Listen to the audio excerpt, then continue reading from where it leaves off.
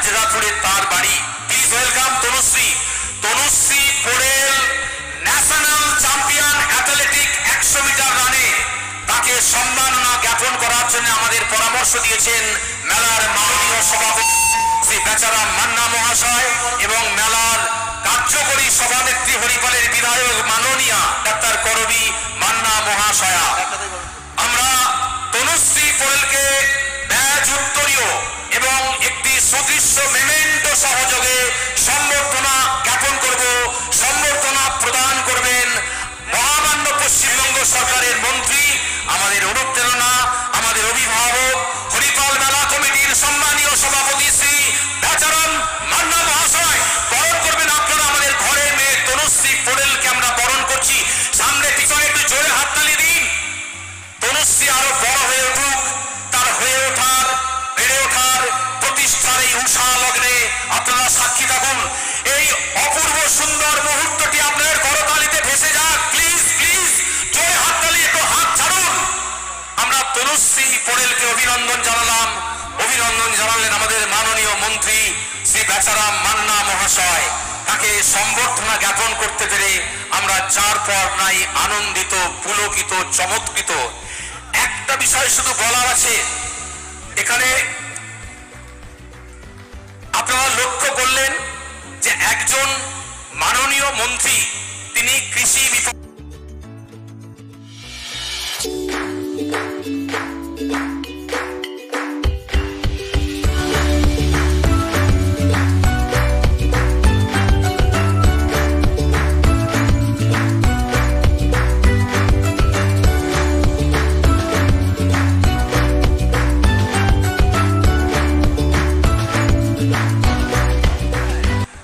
সবাইকে নমস্কার। প্রথমত মঞ্চে প্রচুর বিশিষ্ট মানুষরা রয়েছেন, গুরুজনরা রয়েছেন, আপনাদের সবাইকে আমার প্রণাম জানাচ্ছি। আমি খুবই অসুস্থ, গলার আওয়াজে বুঝতেই পাচ্ছেন। 5 দিন ধরে ভাইরালে শুয়ে আছি, কিন্তু আমাদের শিল্পীদের এমন অবস্থা না, আমাদের শিল্পীদের যদি কোথাও কোনো কাজের কমিটমেন্ট থাকে, আমরা যদি হাসপাতালেও শুয়ে থাকি আমাদের সেখানে পৌঁছতে হয়। সেটাই হচ্ছে আমাদের শিল্পীদের কাজ। তো সেই জন্যে যত অসুস্থতা থাকুক না কেন, আমার কমিটমেন্ট ছিল যে আমি আজকে বেচারাম বাবু আমন্ত্রণে হরিপালে আসব, কথা দিয়েছিলাম। আজকে উপস্থিত হয়েছি আপনাদের সকলের সামনে। প্রচুর মানুষ এখানে এসছেন, সবাইকে অসংখ্য ধন্যবাদ। আমাকে এখানে আমন্ত্রিত করে আনার জন্য অসংখ্য ধন্যবাদ। Thank you very much.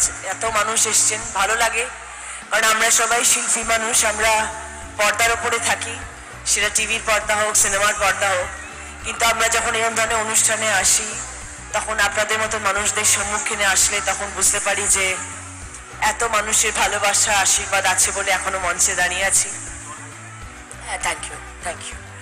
এত মানুষের ভালোবাসা, আশীর্বাদ আছে বলে আমরা এখনো মঞ্চে দাঁড়িয়ে আছি। আপনাদের ভালোবাসা আছে বলে এখনো কাজ করছি, আপনাদেরকে আনন্দ দেওয়ার চেষ্টা করছি সর্বমুহূর্তে, সর্বক্ষণ।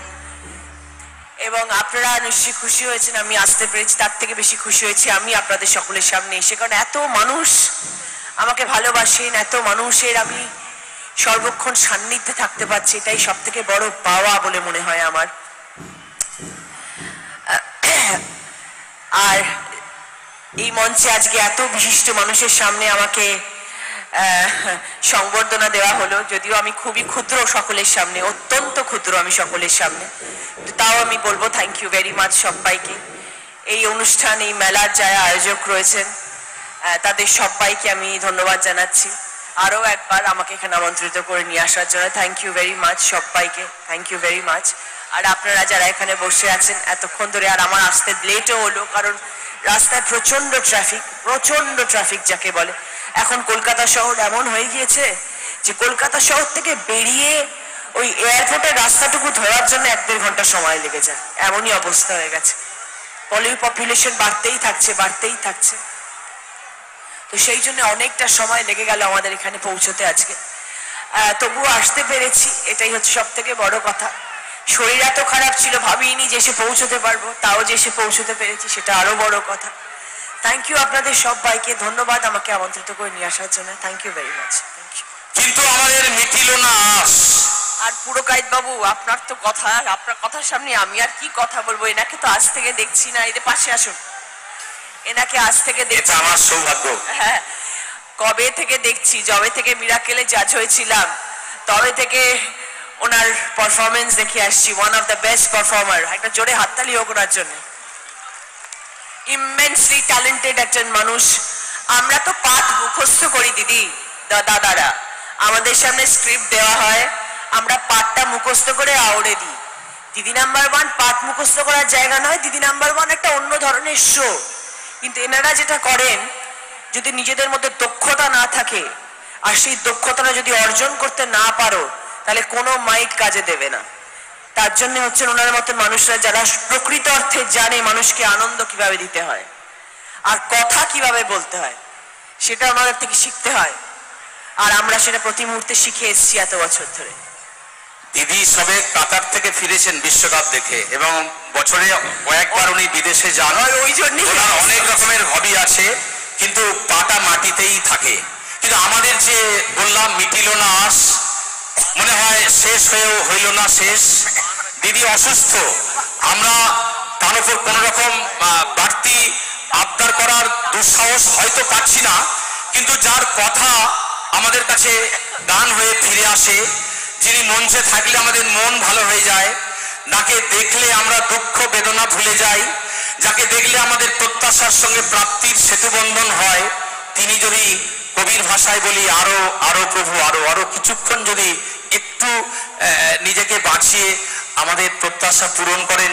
বহু দূর থেকে যারা এখানে এসেছেন, যদি এই চলচ্চিত্রে আসার কোনো ঘটনা, আমরা জানি ওনার বাবা ওনার জীবনে একটা অনুপ্রেরণা, এবং দিদির আজকে দিদি হয়ে ওঠাটা একটা বিশাল বড় জায়গা।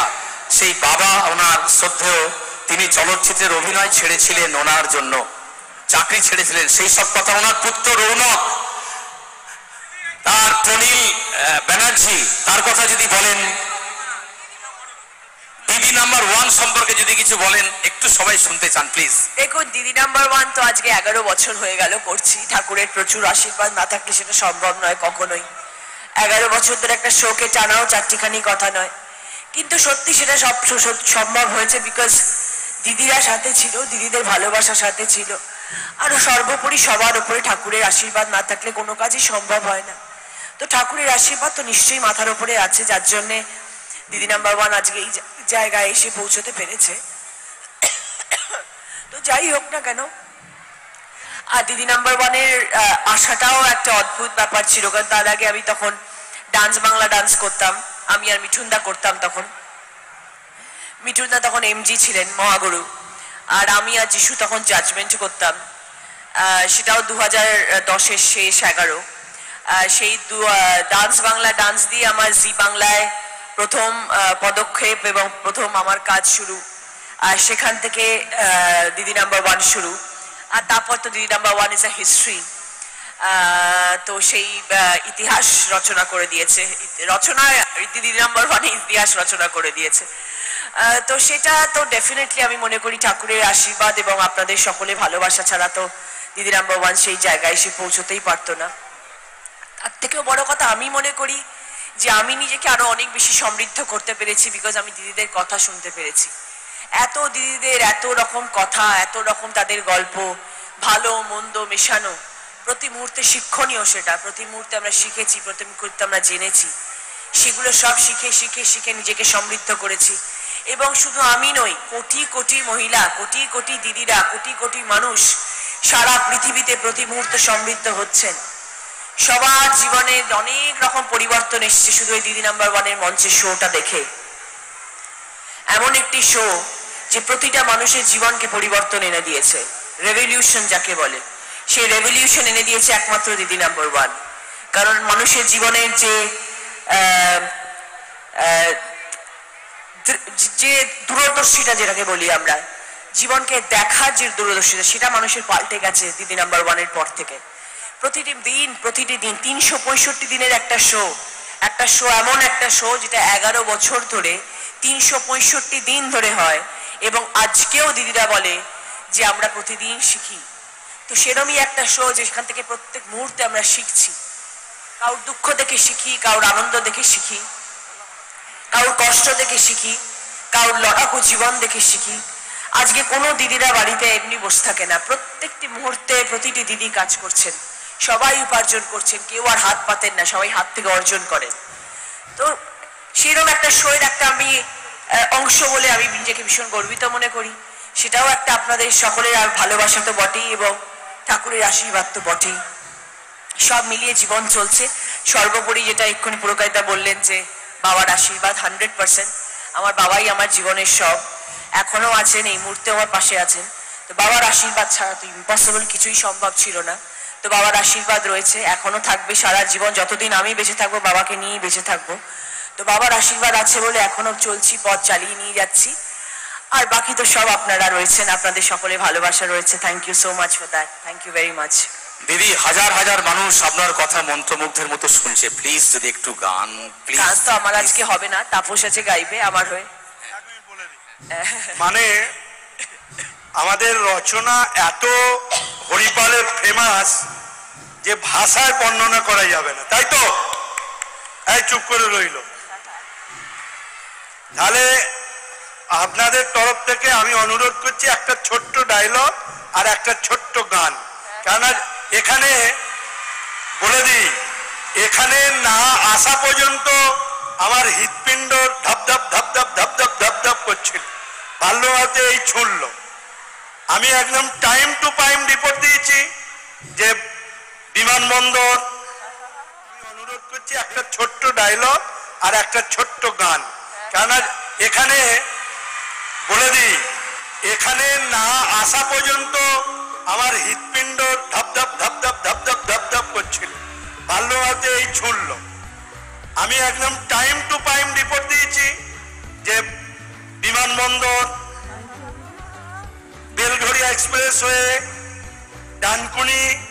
ডানকুনি টোল ট্যাক্স, রতনপুর মোড়, তারপর কি বলেছি কামারকুন্ডু বীচ টপকে গেছে, তারপরে বলেছি গোপীনগর মোড় 5 মিনিট লাগবে।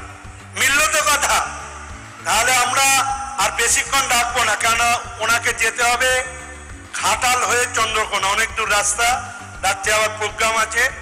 সেজন্য আমাদের হরিপালের মানুষের তরফ থেকে অনুরোধ, একটা যে কোনো ছোট্ট ডায়লগ আর একটা ভালো গান গেয়ে আমরা সকলেই করতালি দিয়ে হরিপাল থেকে আমরা বিদায় জানাবো। আবার আসার জন্য অনুরোধ করব।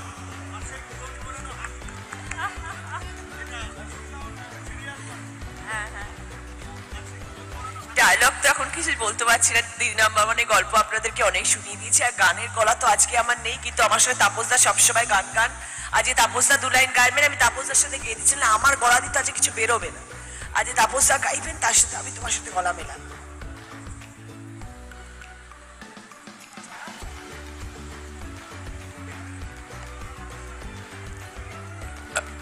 যিনি ওখানে সাউন্ড অপারেটিং করছেন দাদাকে বলবো প্লিজ এটা একটু রিভার্বটা দিয়ে দিন, দিয়ে রাখুন।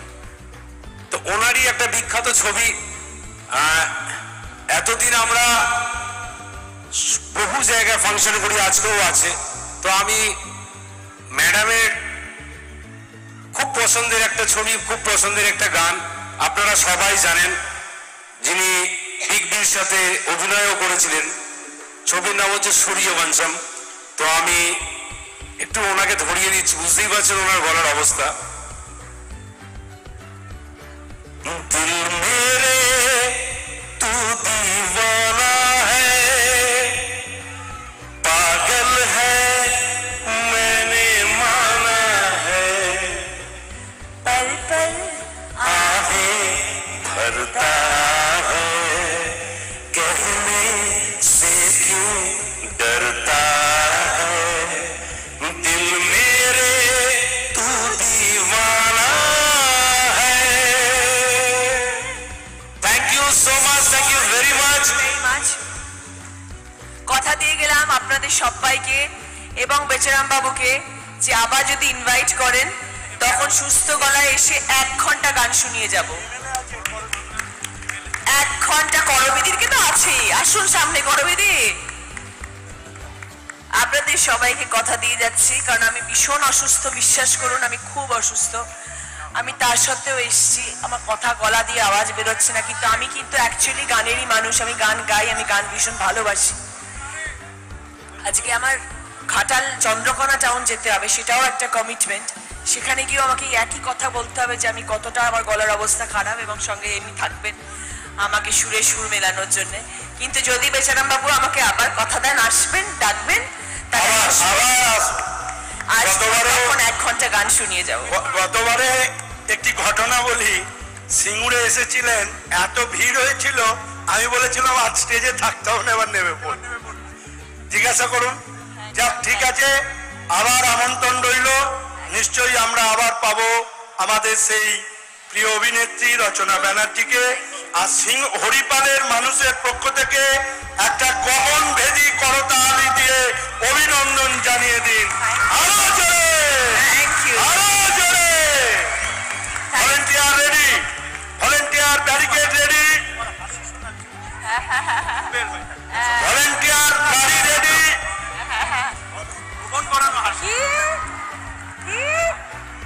ভলেন্টিয়ার রেডি হও, নেতারা আমাদের রেডি হয়ে যাও, হাত ধরো, হাত ধরে রেডি হয়ে যাও নেতারা সবাই। ঠিক আছে, ঠিক আছে, thank you so much, thank you so much. সবাই একবার হাত নাড়া, একবার মোবাইলের আলো জ্বালুন, মোবাইলের আলো, মোবাইলের আলো, সবাই উল্টো দিকে মোবাইলের আলো জ্বালুন।